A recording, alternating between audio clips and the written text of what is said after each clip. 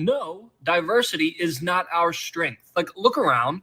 Do you think that it's actually working? Does it look like it's actually working? Because every country that's gone in on multiculturalism is dealing with the same exact problems, whether that's segregated communities that do not mix, whether that's rising cultural tensions, whether that's parallel societies with totally different values, or people living in the same country but with zero sense of unity. And you also have governments that are constantly trying to manage conflict instead of building progress. That's what diversity leads to. That's what multiculturalism leads to. Now, let's look at Japan. Japan did not sign up for that Western experiment that is failing terribly. Japan said no to open-ended immigration, no to mass cultural importing, no to the idea that a country should bend its identity to please everyone else on earth. Japan built its society around unity, right? Shared culture, shared expectations, and actual social cohesion. If you want to live there, you assimilate. You join their culture. You don't show up and demand that they change to fit you. You don't get a separate set of rules or a separate identity group inside of the country. And the results have spoken for themselves. Japan has one of the lowest crime rates in the world. They have insanely high levels of social trust. They have safe streets. They have a stable society with almost no internal ethnic conflict. They have a world-class economy and innovation without importing millions of people from everywhere else across the world. Look, I'm not against diversity in any capacity, but I am extremely 100% against the idea that diversity is our strength, that more diversity means more success. It doesn't. Or the idea that it's needed. Clearly, it's not needed. Look at Japan. People in Japan aren't scared to walk out in the streets at night. They aren't afraid to take public transportation alone. They don't burn down cities when they're angry. They don't live in constant culture wars. Why? Because the country actually agrees on something, what it means to be Japanese. There's a shared framework and shared identity in Japan that we really don't see so strongly in many other Western countries, because we have started to import millions and millions of people under the banner of diversity and, well, it helps our economy, all of which are lies. Multiculturalism in the West has created a competition, not a community. It's everyone fighting for themselves, trying to protect their group, their language, their values, instead of being one nation. And the more diverse that it gets, the more divided everything becomes. And you can see this with the political polarization, the riots, the protests, the constant outrage, and the breakdown of citizenship and its trust in the government. The issue isn't immigration. It's importing cultures that refuse to assimilate and then pretending that calling it diversity magically fixes the consequences. Diversity itself isn't the issue, but the issue is pretending that there's like this equal equation and correlation to where when you increase diversity, it always comes with an increase in success and strength, which simply isn't true. Some diversity can be good, but it is not the case that the more diversity you have, the more successful your country will be. No, diversity is not. Diversity is not a strength. You're absolutely right. Welcome to the JJ Carrell Show. I've been preaching this from decades ago when I was a young man. Hearing diversity is a strength, and I kept thinking, I don't really see that correlation between diversity is a strength. Played sports my whole entire life. Been on teams in law enforcement. Diversity was never our goal. Our goal was cohesion, commonalities, common beliefs, common desires for outcomes. Tell me, do you have that today? Do you have that in the United States of America? Do we own that type of commonality? Do we have a common belief? Do we even believe in the same God? Do we even understand who our founding fathers were? Diversity is not a strength. Diversity is a cancer. And it has proven itself to be that all across the globe. We are in a free fall in Western civilization. We are free falling. I started out prepping this show, and I literally was all over the place. Trying to, at one point, I was like, you know what? I'm going to keep everything in the show. I'm just going to bounce around, because that is the feeling I have as I'm going through all of my websites, listening to interviews with people that I respect, reading articles from people that I respect, finding stuff on X. It's all over the place. Our nation is scattered. Think about what we've gone through in the last 7 days, 10 days, a week, 2 weeks. Does anybody even talk about Somalis anymore? They stole $25 billion from the state of Minnesota. Nobody even talks about them anymore. We have a giant child rape organization, a child rape, torture, and murder organization that runs across all nations with a very specific on Israel and America. And we say nothing. It's just disappearing. We're almost $40 trillion in debt. Nobody talks about it. We have 50 million illegal aliens in America. No one says a word. Inflation's still rampantly rising. I don't care what anyone says. Go to the grocery store. My wife and I are looking at purchasing another bed. I can't even, it's beyond sticker shock. Beyond. Our economy is in shambles. We're about to go into another war in Iran. No one talks about it. We have no voter integrity. No one talks about it. The deep state runs everything. Israel is involved in everything. No one talks about it. We're overwhelmed. We're absolutely overwhelmed. And then on top of all of this stuff that we're overwhelmed in, now we got to have that discussion again, that uncomfortable conversation about white Americans being not displaced, being eradicated. I mean, you could change out American and put in white Europeans. You can get rid of the Europeans and say white South Africans. Get rid of that.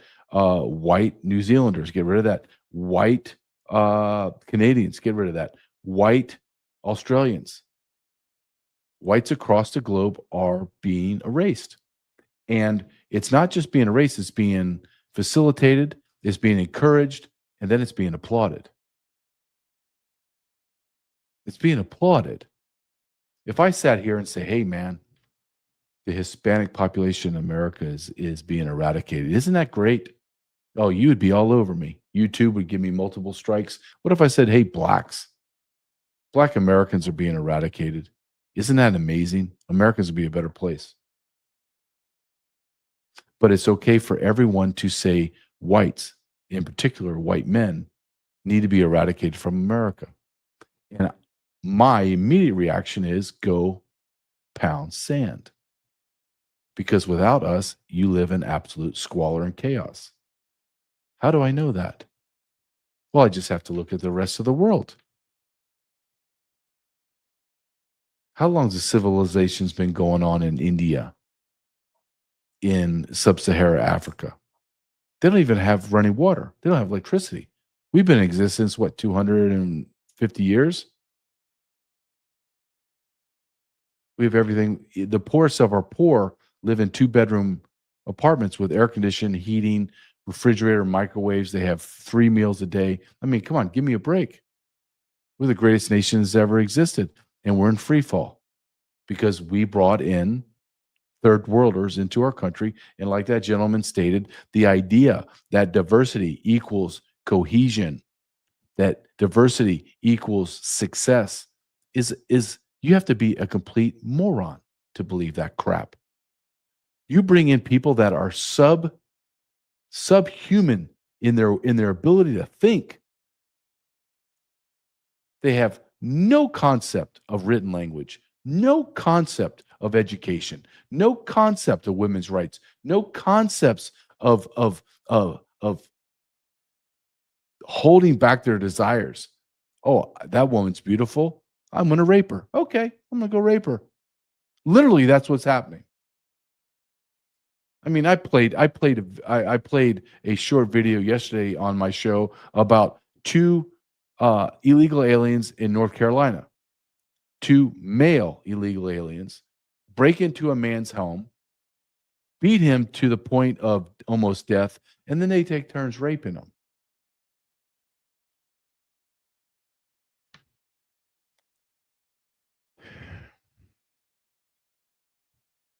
I want my country back.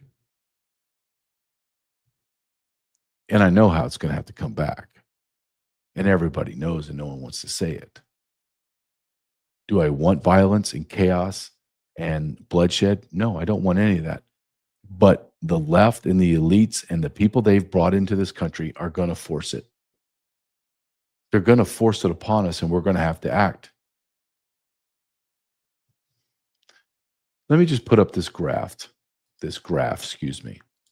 And this is from C3, who I like very much on X. I'm going to read it to you because I hoping that you can see it at home.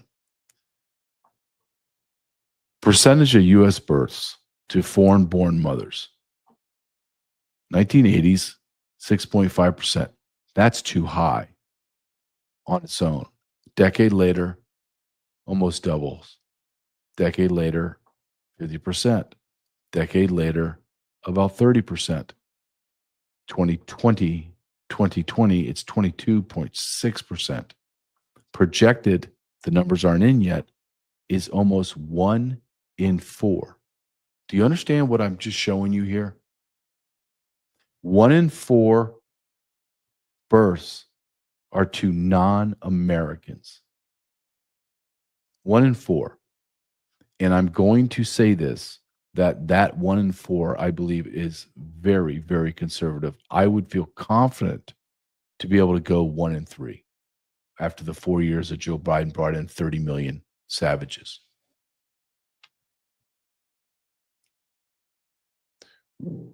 When did this become okay? When did it become okay to kill our population, to decimate our population, in particular whites? When did it become okay to destroy Western Europe, Canada, New Zealand, Australia, and the United States of America? When did that become okay? Who voted for this shit? I didn't. I'm a white man. I'm not voting for my dismissal, my demise. Are you out of your mind? I'm not a self-hating white person like these Karens. And I know, look, man, I know these are uncomfortable conversations. I get it. They were uncomfortable 20 years ago when I was talking about it. Now it's mainstream to talk about this, but it's still uncomfortable. It's mainstream now to just openly state, hey, you know what? You people are gutter racist against white people.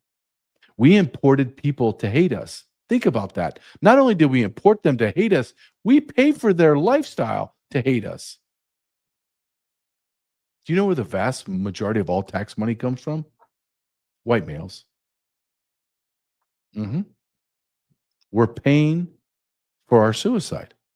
We're hiring people to murder us. We're hiring people to rape us.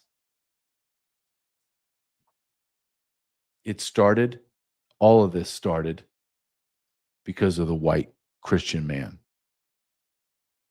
And more broadly, the American Christian man. We allowed this to happen. And we're the only group of people that's going to be able to correct it. White women, black women, Hispanic women, and women in general, they're not going to be able to do this. They don't have the mindset. They don't have the physicality. They don't. It's going to be the Christian. It's going to be the Christian man. Excuse me. It's going to be the Christian man. And the question is going to be really, is the Christian man going to be able to rise up? Or are we just going to keep taking the abuse and end up being murdered? And what is the constant drumbeat now? This is the new norm, is white people are bad. Blacks get to kill us and rape us and harm us, take our money, and it's okay. Shut up. Don't talk about race. No, I have to talk about race, because if it was a group of Irish Catholics or Italian Catholics or white Baptists from Alabama that were going around and killing people, I would say we have a problem with the effing Irish Catholics that are here. We have a problem with the Bubbas down in Alabama going around as Baptists and killing people. I would have a problem. If white people in general were going around killing people, I would say we have a massive problem. There's a moral, ethical issue within the white community, and it has to be eradicated. I'm going to show you a video. I really like this guy. He's great on X. And the language is going to be rough. but the language is from a black man explaining the black culture. And if you watch my show in the past, you know that I don't like to just give you my opinion. I want to show you or let you listen to the opinions of the people I'm talking about. It could be blacks, Hispanics, Jews, Catholics, elites, immigrants, illegal and legal. I want you to see it. I want you to hear it from them. It's one thing for me to get here and pontificate about what I believe. It's another to hear me say what I believe and then say, "Oh, you think it's that I'm speaking too harshly? How about we listen to somebody from that community tell us?" And that's what I want to do right now. Why are there no nice black neighborhoods? Before y'all lose your fucking minds and be like, this is racist. Let me remind you, I am not making a statement. I am asking a question. Sir, I will happily answer that question for you and tell you there are no nice black neighborhoods because black people don't give a fuck. It's that simple. Fuck your feelings. That's the fucking truth. When black people do better in life, the first thing they want to do is move the fuck away. Move out. Get away from niggas. That's a fact. NBA, NFL, baseball, anything, when they make money, they move the fuck away because niggas do shit. They don't do nothing but fuck shit up. That's a fact. If you don't like that, you just ain't looking at fucking reality. Because at the end of the day, if niggas took care of their shit like Mexicans or Asians, motherfuckers would love living in the projects of Section 8. But they don't because they allow their kids to tear that shit up. You see them in their neighborhoods, you see them in their stores, you see them in their gas stations, and they fuck shit up. And then they cry about the rest of the world and the shit they live in. You create the shit you live in because anything given to you, you fuck up. It's all free government land and y'all still tear that shit up, even though it was free and given to you. So I will answer that question.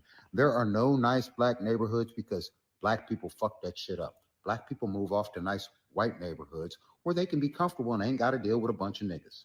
Fuck your feelings. Facts is facts. And that's a fucking fact. What did he say wrong? You don't like the N-word? A couple curse words. What else is there that you didn't agree with him? Black neighborhoods are in absolute war zones. Are there any white people living in the black neighborhoods? The answer is no. So whose problem is this? Well, why don't I show you a very short clip of what it's like to be on, say, the south side of Chicago, and tell me how well these young men are going to be productive members of my society. And the fact that I would never in 100 million years move into these people's neighborhood. Know that nigga, fuck all off, nigga, dumbass boy. You spanking ass, roll in nightmare, man. You know that nigga. Time this shit get back for real. Till this shit get back for real, for real. Wow. Talk about those. Fuck all off, nigga. Fuck BOG. Okay, I'm going to play that again because I have no idea what the last thing was F BIG. I guess that's Biggie Smalls. I don't know. But I want to play it again. And before I play it again, what is the probability of success? And when I'm talking success, I'm talking about baseline. Married, have a child or two, you're working an average job, living an average life. What's the probability that any of these animals are going to reach that threshold of success? You know it as well as I do. It ain't never happening. They're all going to jail. All of them. They are going to spread their seed far and wide. They are going to each have baby mamas that they've lost count. And you and I are going to pay for them. And there are no blacks that I have seen, is very few, that actually call out this behavior. I mean, if this was a bunch of white ghetto trash, I would be saying, hey, you stupid, worthless honkies, you don't represent me. And I would make sure that they're shamed and pushed into the far corners, in the dark corners of our society. I don't want to see you. But not these kids. They're celebrated. Let's watch it again. Nigga, dumb ass boy. You spanking ass, low little nightmare, man. You know that nigga. Time this shit get back for real. Till this shit get back for real. Bow. Shout out those. Fuck all out, nigga. Fuck BOG. Like, let's just gang signs. But honestly, do you have? Is there a linguist out there? Is there an interpreter out there that, or maybe somebody could supply subtitles? Think of what I'm saying here. I can't even understand what they're saying. And you know, as I'm in law enforcement again, and I was before, I'm watching this video and I'm thinking, dear God, having to live in Chicago and be a police officer, knowing every single day you're going to work, you're going to deal with subhuman savages like this that don't have any idea how to shoot a gun. They don't even know how to hold a gun. And they're going to indiscriminately spray rounds all over the place, hitting and killing innocent people just literally sitting in their houses, having coffee outside. But we're allowing this to proliferate. Are you telling me that there isn't somebody that has the ability to see this video as I saw it, do facial recognition, and then serve warrants on these people and arrest them immediately? Are you telling me that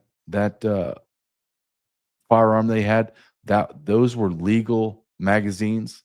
Those were magazines that hold about 30, 35 rounds in them. I just don't think that that's legal, or any of those savages went and registered their firearm. But you want to take my firearms away and allow savages like that to have semi-automatic, basically death machines. We're so screwed as a nation. I'm not trying. I'm actually trying not to sound black pill today, but I'm discouraged. I don't see a way out of all this. I don't. And I don't care how that sounds to you. I just know, and I know it very, I just see things differently. And I don't see any way out of this. I don't. And we all know the only way out of it is going to be absolute misery. Absolute misery. So I show you savages, animals in Chicago.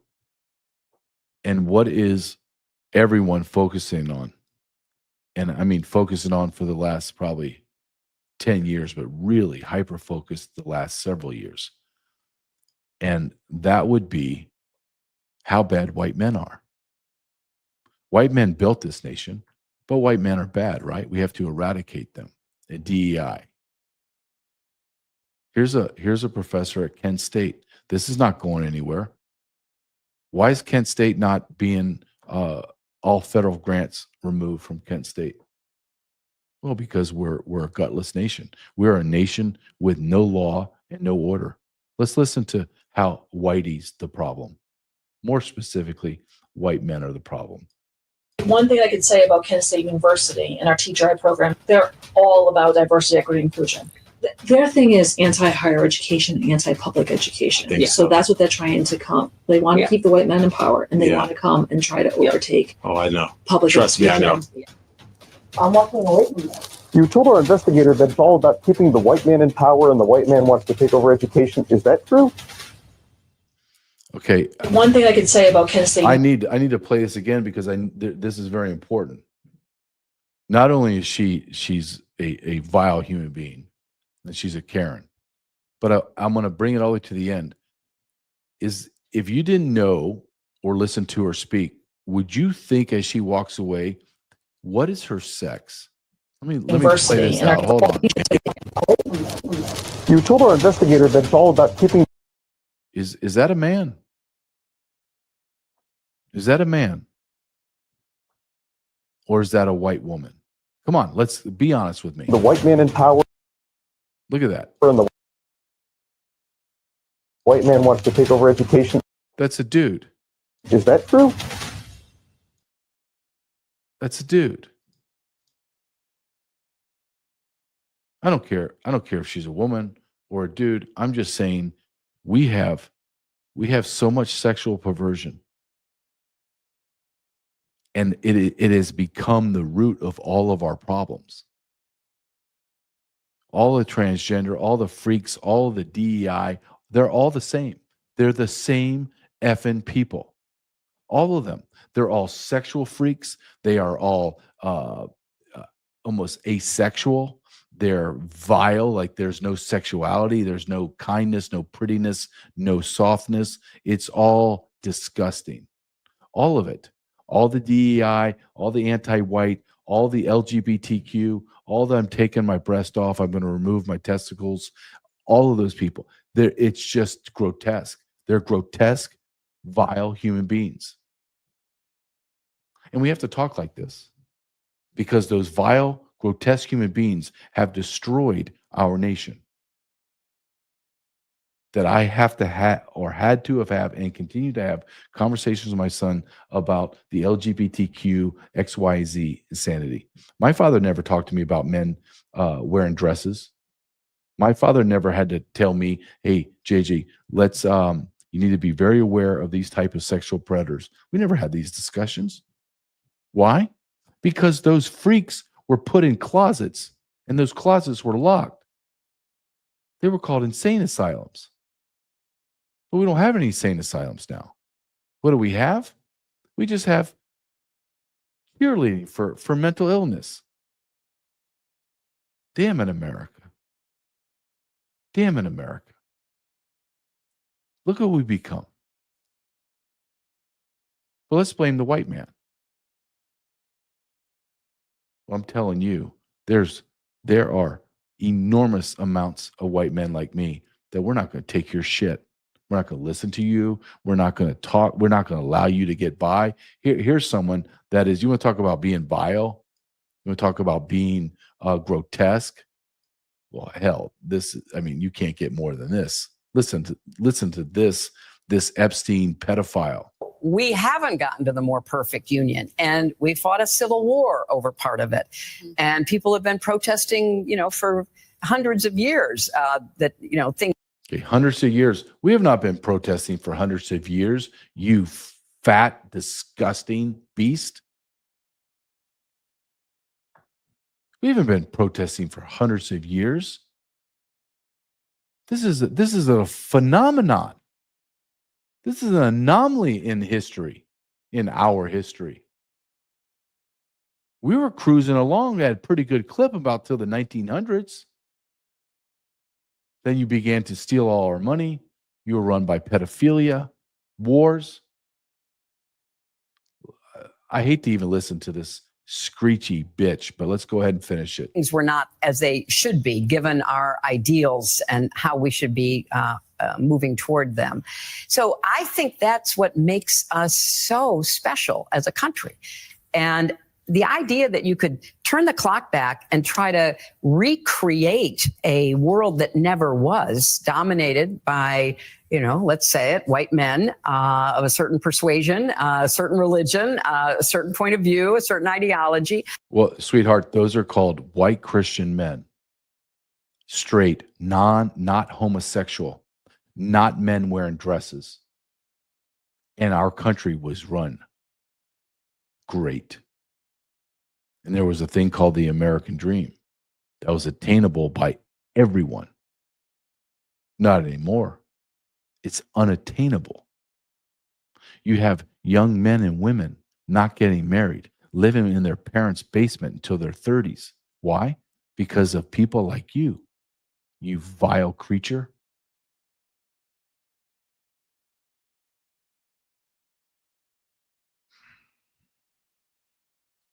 it's just doing such damage to what we should be aiming for. And we were on the path toward that. I mean, imperfectly, lots of, bumps along the way, but I agree with you. We were on the right trajectory. Okay. Let me hold on one second. I just need you to see this. Do you want to be lectured by that lump of fat? Do you really? Look at her. She's a little tiny old woman. Floppy, nasty looking old woman. Why am I getting lectured by grandma here? Why am I being lectured by this failed presidential person? This person that is complete failure, except she's a billionaire because she's stolen all our money. Why? Why do I need to listen to a pedophile that would go to Epstein's Island multiple times, have a pedophile husband that's been at Epstein Island on the plane, 24, 25 times? She's grotesque. Why are we listening to these old people? That's what I don't understand. Why are we listening to them? And I have to listen from an old white grandma talk about how white men are bad? Give me a break. Here's someone who you should listen to. I'm going to put her on the screen. And I'm going to let this play almost the whole time. This is Heather McDonald. And you want to hear somebody that knows about black on black crime, black on white crime, the degradation of DEI, the civil rights boondoggle, the assault on the white American. You pick up this woman's books. You listen to her speak. She's spot on. Listen to this woman and not the old disgusting grandmother named Hillary Clinton. This is who you listen to. The courts and activists came up with a new definition of what would be illegal discrimination. And it gets rid of the idea of intention and intentional discrimination completely. Disparate impact is the conceit that if there's a standard that Blacks do more poorly at, it's discriminatory.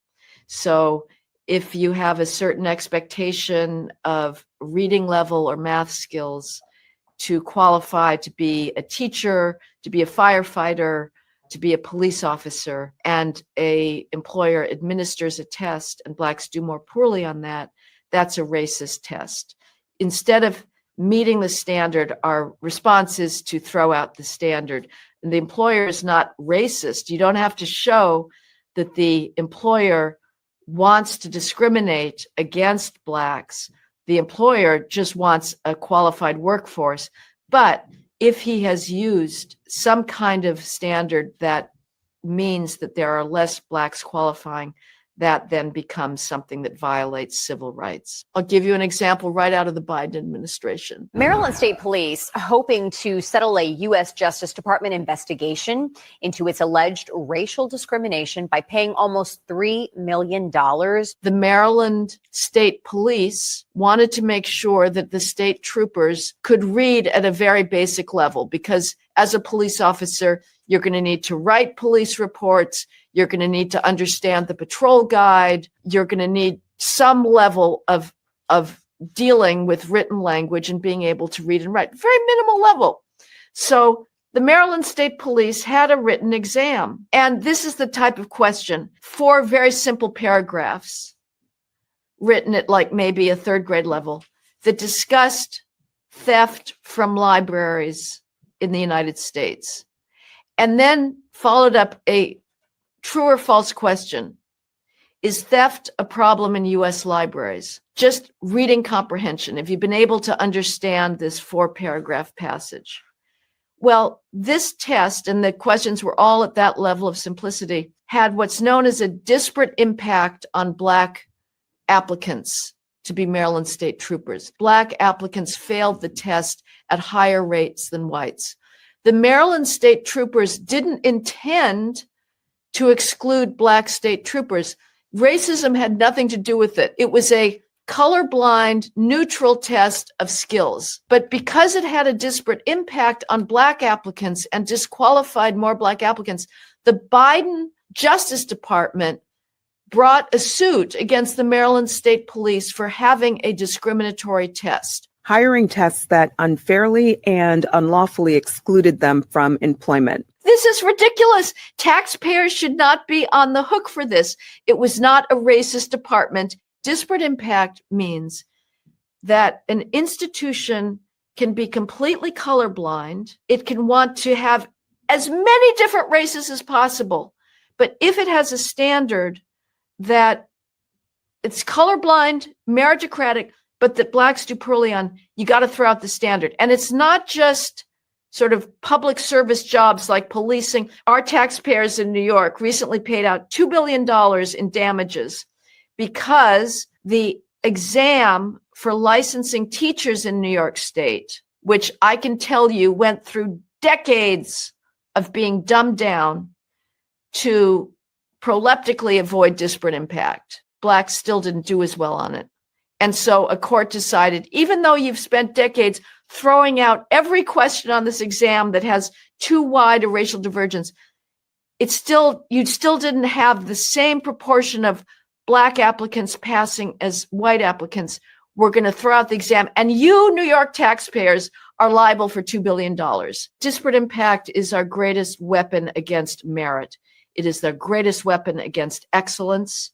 And it is an abuse of the spirit of our civil rights laws, which was to say, we're going to allow everybody to reach their highest potential. We ban discrimination, but we do not ban excellence. We do not ban high expectations. We want all people to reach the same level of competence. We're not going to have two standards of achievement, one for a particular race, another for another race, one for a particular sex, another for a different sex.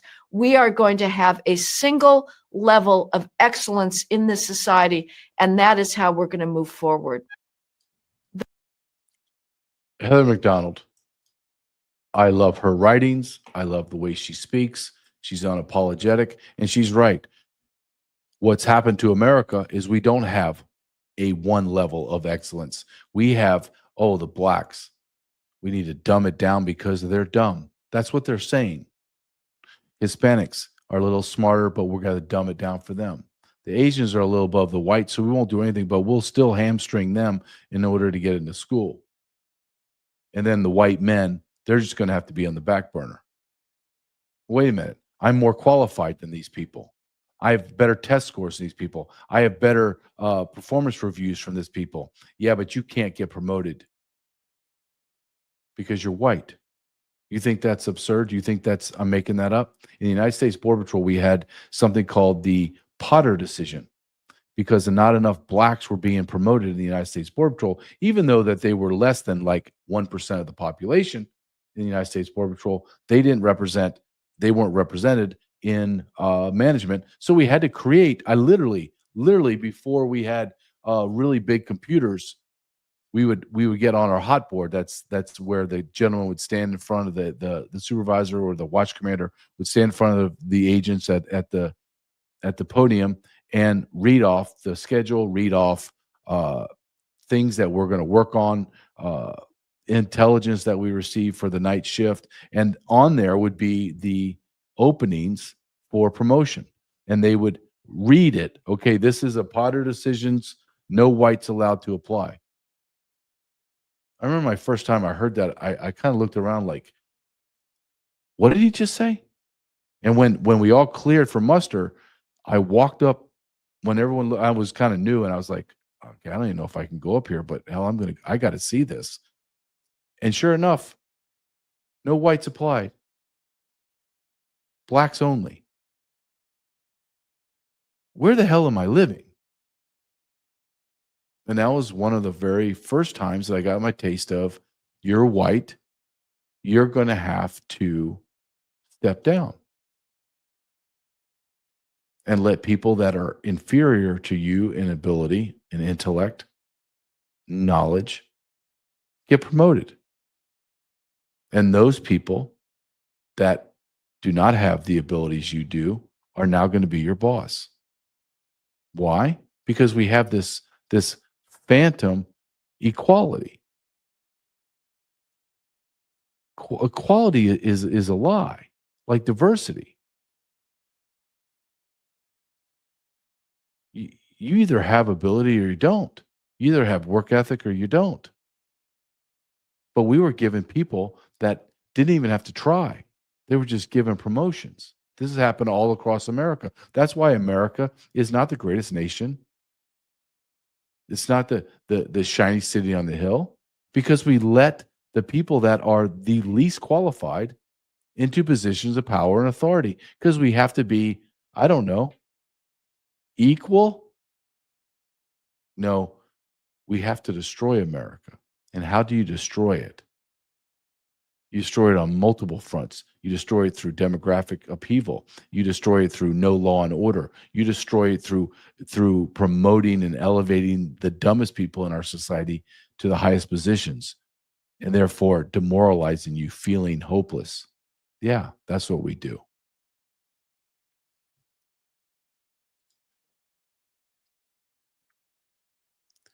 My show is sponsored by sat123.com. sat123.com/JJ. I partner with Sat123 because I believe in their products. I believe in their theme of being prepared, as that's my biggest thing in life, is I need to be prepared.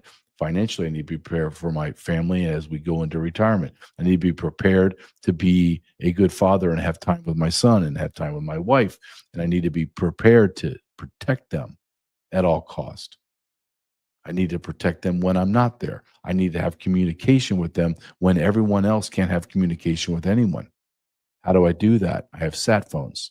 I have ballistic backpacks for my family. I have a generator. I have Starlink, so I have constant communication. And that's what sat123.com means to me. It can mean something completely different to you, and that's fine. My ask of my audience is to support the companies that support me.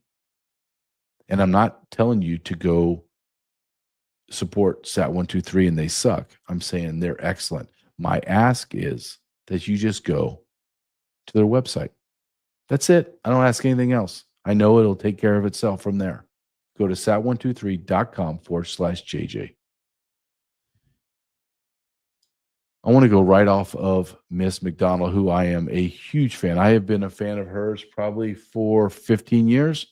And that's when I discovered her. Like, she was already on scene, obviously, before I didn't discover her. I discovered her personally for me. And she's excellent. Excellent. Here's someone else that's rocking the boat. And this is someone else that his ideas are mainstream. They're mainstream now. You can't deny it. And that's Nick Fuentes. Let's listen to him talk about making America a non-white country and how that has been applauded as if that's a damn good thing. We're talking about is making America a majority non-white country. Who thinks that's a good idea? Right. Is there one person who thinks that America will get better? And for who? Certainly not for the native people living here, not for the white people, probably not even for the black people. Right. The only people this is good for is the foreigners themselves. Mm-hmm. And what's really interesting also is that you were in this post-racial project out of an abundance of white guilt. We feel sorry for the colonized, the indigenous, the poor of the world. We're bringing them here. It makes white people feel better about themselves to have that around. And I think, though, that, and this is an important distinction, a lot of the people that propagated this, it was kind of sold to them as not actually what it is. Because what it is that there's going to be no majority, no dominant cultural force, there won't be no hegemony, a plurality of any group. It will be completely diverse. But it was sold to them as like whites plus, white country with some diversity. Mm-hmm. And I think even that would be acceptable. And I was talking about this, I think, with Gavin McInnes. It's like if you're in a neighborhood of all white people and one black family moves in and they're nice and well-mannered and respectful, would anyone really have a problem with that? No. If it was all whites and some black people? I don't think so. Not as long as everybody was following the laws, or for that matter, an Indian family or a Chinese family or Mexican family. I don't think so. Like the Fuentes. Right. Like the Fuentes clan. We're nice enough, you know? They were, the Fuenteses were drug addicts. You know? Oh, no, yeah, my no. grandfather was a heroin addict, so maybe not the best, but over generations, Yeah, we yeah, assimilate, yeah. right? But, you know, and maybe it's two families. Okay, that's not so bad. I mean, it's 90% white. But the question is, what happens when that neighborhood becomes 90-10 in the other direction? Right. Now, not so comfortable. And that's the problem. We're at 90-10 now. 80-20, 70-30. I've shown this on my show before. LA in the 1950s, 1960s, 70s, 90% white, 35% white now. Detroit was 80-something percent white. It's like 17% white. Philadelphia, DC, New York. I mean, hell, I can go on and on and on. And somehow that's been championed as this is great. Okay, wait a minute. I've seen the videos. I've seen the documentation of what those cities looked like in the 70s, and they were thriving. They were doing wonderful. And now they're third world shitholes that no one wants to go to. No one wants to go there. I grew up outside of New Orleans. Nobody wants to go to New Orleans. The idiots in New Orleans built the projects and encircled downtown New Orleans in projects. When I was growing up in the 80s outside of New Orleans, it was the murder capital of the world, of the United States of America. The murder capital of the United States of America. They had less than 500,000 people living in there. Have you gone to St. Louis? Have you seen that dump? Gary, Indiana, Detroit, Philadelphia? All absolute majority non-white cities run by black Democrats. All black Democrats. Have you ever noticed that the inner cities have black mayors, black chief of police, black fire chiefs, all black city councils, all black school boards, the sheriff is black, everyone's black, and they're all Democrats. And yet, when they fail, and they all fail, it's my fault. It's the white man's fault. The white man's fault. It's amazing. I think about my father. My father's passed away, and I'm his age. When I think of my father, I think of him in my time when I was a teenager in college. He was in his 40s and 50s. That's me. I think about how different our country is, his country and my country now, and how different my country's going to be for my son. I can't even fathom what his son or daughter's going to have. At this rate, it's going to be nothing. Absolutely nothing. White Americans were 90% of our country for centuries, or as Hillary Clinton says, for hundreds of years. And now we are heading into a minority status within a decade. No one voted for this. I didn't. I don't want it. And the immediate pushback is, well, you shouldn't be talking this way. Why shouldn't I talk this way? You're talking about eradicating my race from America. It wasn't like this was a black country with 90% blacks and we're trying to wedge our way in there and grow and get bigger. And at that point, the blacks would have the right to say, no, we're a black country. You don't get to weasel your way in here and grow the white population in percentages. No. And they would have a point, just like the Japanese have done. The Mexicans do this. So do the Guatemalans, the Hondurans, the Iranians, Iraqis, the Russians. They all do it. But we can't. Why is that?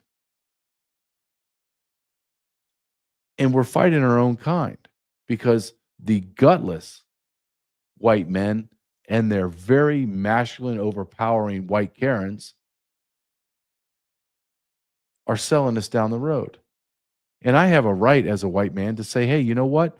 I don't want my family to be erased. No, I don't. And I don't care if you find that, however you find it, racist, whatever label you want to throw on me, I don't care. I'm in self-preservation mode. I'm literally trying to preserve my family while you cheer on my death and demise. It's really that simple.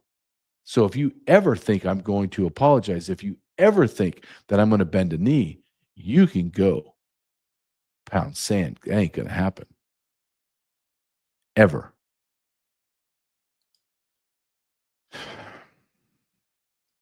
Let's listen to more of it. Let's listen to this man who I don't find is funny, and his name is John Stewart, or his real name John Leibowitz. Leibowitz. You get the point, right? You get the point. Let's listen. America has always prioritized white comfort over black survival. And any real attempt to repair a ton of that damage, reparation, sets off white people's "they're coming for our" alarm. Healing begins. This is what, because the Jewish community and the black community, we should be together. Jews and blacks we shouldn't fight, but there shouldn't be tension. Jews and blacks should get together and get whitey. I think Yeah, that's funny, right? Hearing, and this is for another topic, maybe I do it tomorrow, is talk about how the Jews want to eradicate whites. Oh, I said it out loud. Can you believe I said that out loud? I don't need to listen to an old, pathetic Jewish man sit there and tell me that we need to get whitey. How about we get you Jews out? How about we eradicate all the blacks that are killing everybody, all the immigrants, legal and illegal, that are killing all of us, and return to America's greatness? Oh, see, that's too harsh, but you could say you want to kill whitey, and I'm supposed to sit here as a white man with a white wife and a white son and white brothers and sisters and white nieces and nephews, and I'm supposed to take it. I'm supposed to laugh that you want to kill me and my family. Not going to do it. Not going to do it, Leibowitz. Not going to do it. The only hope that I see is there is a growing population of men like me that we're not tolerating it. We're just not tolerating it. We're not the anomaly that you think we are, that you try to paint us through your gross narratives. We are the dominant force in this country. We are the force that grew this country, that made it as great as it is. Your people, John Leibowitz, have sucked on us. You're the parasite. We're the host. And once we realize that we're bigger, stronger, smarter, more violent than you, then we'll take over. It's coming. It doesn't matter if I want it, I don't want it, I like it, I don't like it, I encourage it, I don't encourage it. It doesn't matter. I don't have a say in this. It's just going to happen. And it's going to happen real soon. I want to play this last video before I go for the night. And this man, I just heard it, and it kind of made everything. I already know this is happening, but it's always great to hear a different perspective. We're living in a psyop. We're living in modern day psyop right now. We live in a matrix. We are in a psyop.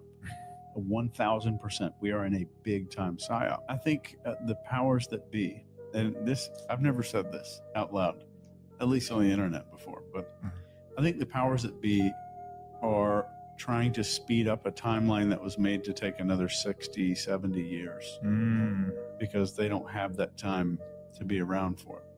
And I think it's either that or it's getting so blatant that they no longer care. They think they're so guaranteed with the success that they don't care. And I'm not saying that I can write you a list right now of who they is. Sure. But there's always a they. You know, that they have been there a while. But I think that they're trying to speed up some kind of a timeline. And I teach psyops. I'm the guy that teaches psyops, telling you that we are in a psyop.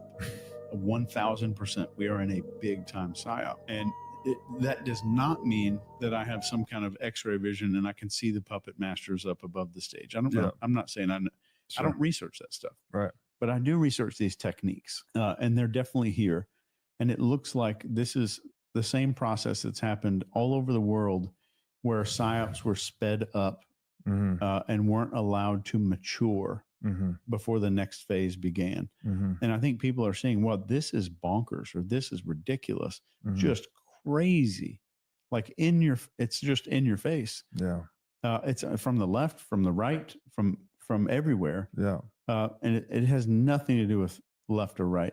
And I think that is in itself a whole nother discussion. Yes. But we're seeing a timeline being sped up. We're seeing things done more and more in the open because there's probably not time for the previous step to mature to get our minds ready to receive the next one. I believe that. I believe that 100%. I believe that it was felt after Obama when they thought Hillary Clinton was going to get it and she didn't. And when Biden came in, they went all in. They opened the borders. They flooded our nation with everyone. They're starting the sexual perversion at an unprecedented rate. And we're living in a psyop. There are times when I'm absolutely 100, like that man is 100% certain, absolute certainty that I'm living in a simulation, that I'm in a matrix, that everything that I have been told in my entire life is a lie. Everything, and I mean everything. Not well. No. Everything I've been told in my life is a lie, is a propaganda tool. I mean, the things that I believed 5 years ago is embarrassing and is astounding. That we went to the moon. I'd love to have that conversation with anyone. We went to the moon? Really? Explain to me how we did that. Go ahead. Explain to me how we've never been back.